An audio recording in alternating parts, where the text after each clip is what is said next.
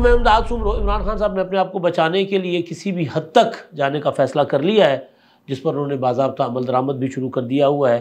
पहले मरहले में वो अपने कारकुनों की कुर्बानी देने जा रहे हैं।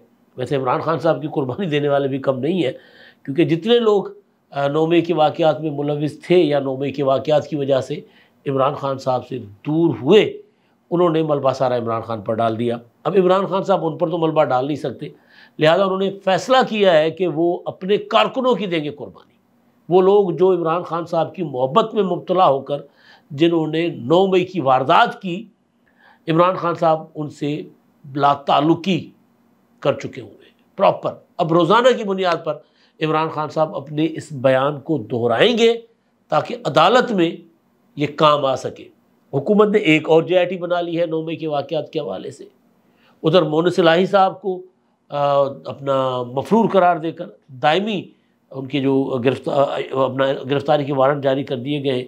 एक ख़बर ज़रूर इमरान खान साहब के लिए आई है, और वो ये है कि खान साहब की ज़मानत जो है वो इस्लामाबाद के शहजाद टाउन थाने में जो मुकदमा दर्ज थे उनमें ज़मानत कन्फर्म हो गई है। और ज़मानत कन्फर्म होने का जो फ़ैसला है वो एक तरह से बरियत का फ़ैसला है। उस फैसले में जो जज साहब ने लिखा है उसमें उन्होंने जो सवालात उठाए हैं वो यूँ लगता है कि इमरान खान साहब को उन्होंने बरी कर दिया। लेकिन ज़ाहिर है कोई 1-2 मुकदमा तो है नहीं, मुकदमात का जुमा बाज़ार लगा हुआ है। 200 के करीब मुकदमात इमरान खान साहब पर दर्ज है। तो ज़ाहिर है उनसे बचने के लिए इमरान खान साहब ने एक तरीका अपनाया है, रोज़ाना कैमरे के सामने बैठे वीलॉग करें। अब इस वक्त इमरान खान साहब के ख़िलाफ़ जो 4 इम्पॉर्टेंट मुकदमात हैं उन पर रोज़ाना की बुनियाद पर वो लोगों को ब्रेन वॉश करेंगे, लोगों की जहन साजी करेंगे, ताकि अगर अदालत से सज़ा हो जाए तो वो ये कहें कि जी मैंने पहले कहा था कि मुझे सज़ा दी जाएगी। जैसे उन्होंने पहले कह दिया था कि जी मेरे ऊपर ये इंतहा पसंद जो है वो इंतहा पसंद लोगों की आड़ में हमला करवाएंगे, क्योंकि खान साहब की ज़बान से कुछ ऐसी बातें निकल गई थी, निकल रही होती है। कल पहले भी उन्होंने एक हवाला दिया था, अदालत में बैठे सवाल हुआ था उनसे कि जी लोग आपको छोड़ते हुए जा रहे हैं, तो उन्होंने ऐसा हवाला दिया कि जिसको कुछ और जो है वो तरीके से, ज़ाहिर है वो इमरान खान साहब जो हवाला दे रहे थे तो उस तरफ ही जा रहे थे। तो बहरहाल मैं उस पर मैं बात नहीं करता होता मजहबी मामलात पर। तो ऐसी हरकतें इमरान खान साहब से हो गई, ऐसे अल्फाज उन्होंने बोले, फिर ऐसे लोग भी तैयार हुए जो इमरान खान साहब के महफिलों में बैठकर ऐसी ऐसी बातें करते कि इमरान खान साहब न जाने किस तरह की हस्ती है। तो उस पर ज़ाहिर है मुखालफिन ने, क्योंकि इमरान खान साहब ने मुखालफिन के ख़िलाफ़ मज़हब कार्ड इस्तेमाल किया हुआ था, तो उन्होंने भी दनादन छक्के मारना शुरू कर दिए। तो खान साहब ने उस बुनियाद पर कहा था कि जी ये मेरे ऊपर इस तरह एक हमला प्लान करेंगे और कहेंगे कि इंतहा पसंदों ने हमला किया। तो फिर जो 3 नवंबर को इमरान खान साहब पर हमला हुआ तो खान साहब ने कहा मैं तो पहले कह बैठा हुआ था, मैंने पहले कह दिया था कि मेरे ऊपर हमला होगा। तो बिल्कुल उसी तरह उसी हिकमत अमली के ऊपर चल रहे हैं, बल्कि ये भी कह रहे हैं कि निगरान हुकूमत आने से पहले मुझे गिरफ़्तार कर लिया जाएगा। अब ये बात रोज़ाना कह रहे हैं। अच्छा, जब से इमरान खान साहब इक़्तिदार से गए हैं तब से बात रोज़ाना कहते हैं कि जी मुझे अब गिरफ़्तार करेंगे, मुझे अब गिरफ़्तार करेंगे।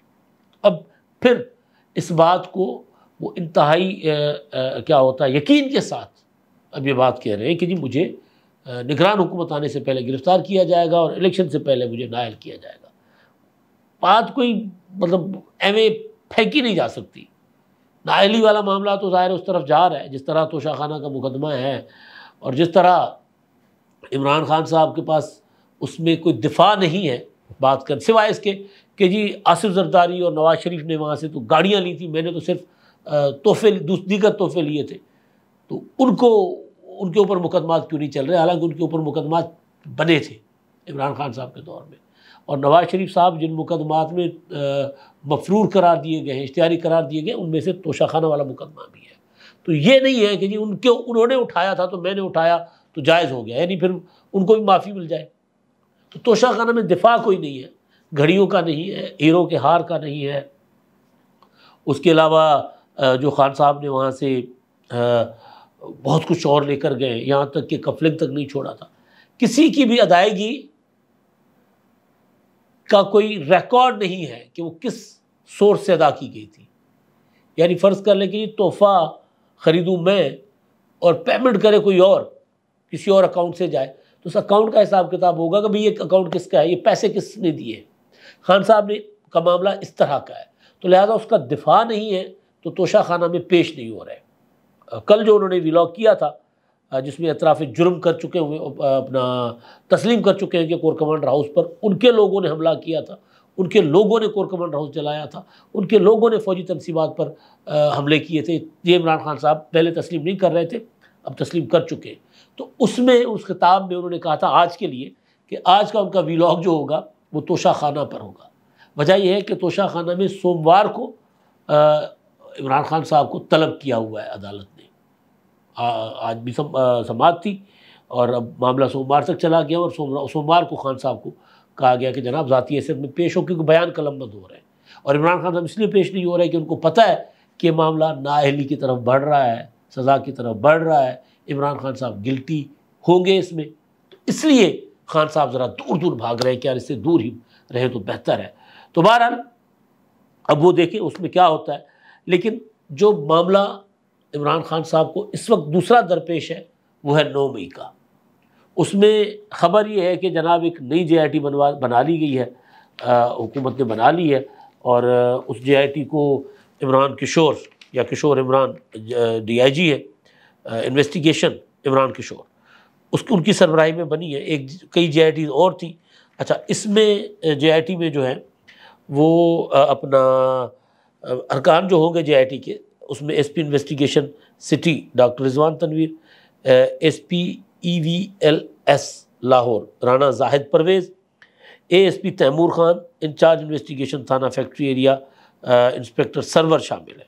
ये जलाओ घेराव, इक़दाम कत्ल, दहशत गर्दी और दीगर जो उनके ऊपर इल्ज़ामात हैं उसमें ये अपना तश्कील दी गई है JIT। उससे पहले वाली JIT में इमरान खान साहब गए थे, बयान रिकॉर्ड करवाया था।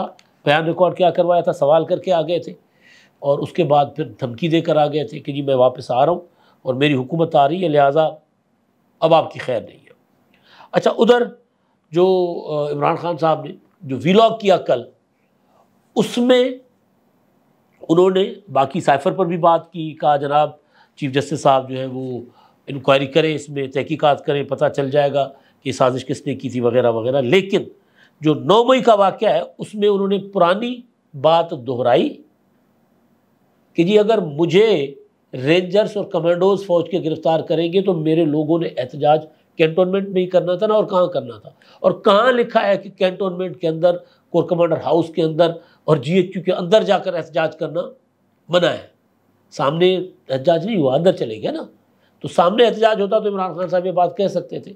और दूसरी बात कह रहे हैं कि जी मेरी तो 126 दिन का जो धरना था, 27 साल जिद्दोजहद है, उसमें मेरा रिकॉर्ड है कि मैंने कभी पुरतशद्दुद एहतजाज नहीं किया। 126 दिन के धरने का एक एक लम्हा पुरतशद्दुद था, एक एक लम्हा। इस्लामाबाद में मीडिया पर तशद्दुद होता था, जियो के दफ्तर के पर रोज़ाना जाकर पथराव किया जाता था।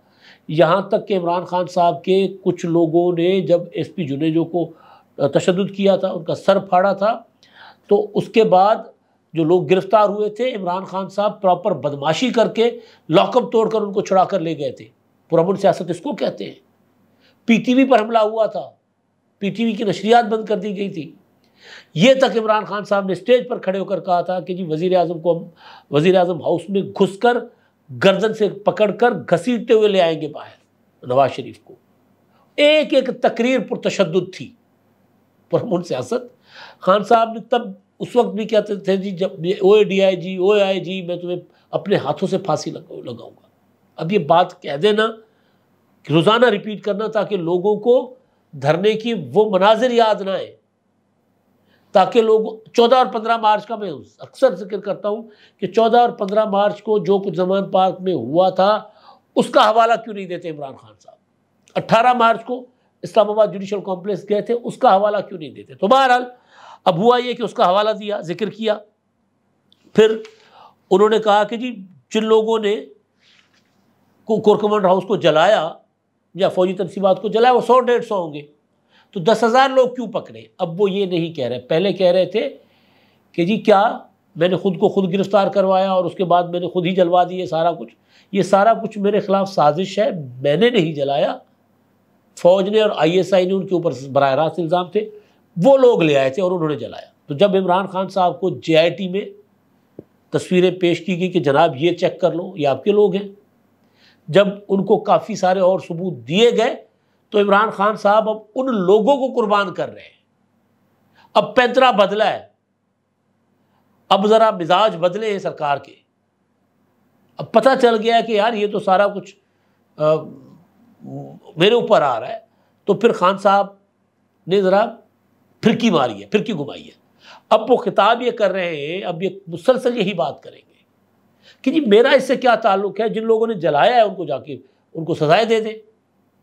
क्योंकि नज़र आ गया है एक चीज़ और कि शायद सुप्रीम कोर्ट जो कल की समाअत थी ना, जिसमें मैंने कहा था कि अब बात इंसानी हुकूक तक रह गई है, जिस तरह आर्गूमेंट या जिस तरह सवाल कर रहे थे चीफ जस्टिस साहब और उनके साथी जज साहबान, तो जब इमरान खान साहब को लगता है कि समझ आ गई है कि फ़ौजी अदालतों का मामला भी जो है वो गले, फ़ौजी अदालतों में ट्रायल हो सकता है उनका, तो लिहाजा वो उससे बचने के लिए जो लोग गिरफ्तार हो गए हैं, जो लोग कोर कमांडर हाउस के अंदर थे, जियो फेंसिंग और तस्वीरों के ज़रिए पकड़े गए, और जो 102 लोग जिनको प्रॉपर छान पटक के बाद जिनको इन्वेस्टिगेशन के लिए और ट्रायल के लिए फ़ौजी अदालतों की तरफ भेजा गया है या फ़ौज की तहवील में है, उनके ऊपर मलबा डाल रहे हैं। भाई बिल्कुल उन्होंने ये वारदात की है, किसके कहने पर की है? वो ऑडियो को क्या करेंगे हम, जो ऑडियो मुराद सईद की है कि आपको जगहें बता दी गई हैं, आपने आलम इस्लाम के लीडर को गिरफ्तार किया गया और आपको जगहें बता दी गई हैं कि आपने फलां फलां जगह को जाना है। इमरान खान साहब की उन तकरीरों का क्या किया जाएगा जिनमें उकसा रहे हैं कि इनकलाब बर्पा करना है, मुझे गिरफ्तार करेंगे, मुझे मारने के लिए गिरफ्तार कर रहे हैं, अगर तुम लोग सोए रहे, अगर तुम लोगों ने रद्द-ए-अमल नहीं दिया तो फिर तुम लोग हमेशा के लिए गुलाम रहोगे। और सीधे सीधे इमरान खान साहब ने फ़ौजी अफसरान के नाम लेकर लोगों को ये दर्स दिया, सबक दिया कि उस तरफ जाना है तुम लोगों ने। अब वो क्या कह रहे हैं? पहले क्या कहते थे कि जी ये जलाओ घेराव हमने नहीं किया, मेरे लोग ही नहीं है, वो PTI के लोग ही नहीं है, ये तो फ़ौज ने खुद करवाया है। अब क्या कह रहे हैं? अब कह रहे हैं कि जी जो 150-200 लोग मुलविस हैं ना, तो उनको पकड़े, उनको सजाएं दें। ये 10,000 लोग तो नहीं है ना मुलविस, उस बुनियाद पर पार्टी के ऊपर क्रैकडाउन क्यों किया हुआ है? तो इमरान खान साहब अब जिन लोगों को उन्होंने इस्तेमाल किया, हमेशा यही करते हैं इमरान खान साहब, जिन लोगों को इन्होंने इस्तेमाल किया उनको, चाहे वो किसी जर्नल की नवासी थी, चाहे वो आम कोई वर्कर था, चाहे वो किसी साबिक IG का बेटा था, या चाहे किसी जनरल की, रिटायर्ड जनरल की बेगम थी, उनको इस्तेमाल करके अब उनको आग में झोंक रहे हैं। वो जी ये जाने आप जाने, मेरा इनसे कोई ताल्लुक नहीं है, लाताल्लुकी कर रहे हैं उन लोगों के साथ। ये कह रहे हैं कि मेरे पार्टी के कारकुन हैं, लेकिन इनको जो सज़ा देनी है दो, मेरे पीछे मत आओ। इतनी सफाकी। और इमरान खान साहब इस मामले में बहुत सफाक हैं, अपने खूनी रिश्ते तक कुर्बान कर देते हैं सियासत के लिए और अपने मकसद के लिए, मफादात के लिए। तो बहरहाल अब नई JIT बन रही है, तो इमरान खान साहब को अंदाज़ा हो गया कि मामला गड़बड़ है। अभी भी एक तरफ से ये बात करते हैं मेरी पुरअमन सियासत है, दूसरी तरफ कहते हैं फ्रांस में एक बंदे को गोली लगी थी, 4 दिन तक फ्रांस जलता रहा था। ये क्या इंडिकेशन है? तो बहरहाल कोई मतलब मामला इमरान खान साहब के अच्छे नहीं है।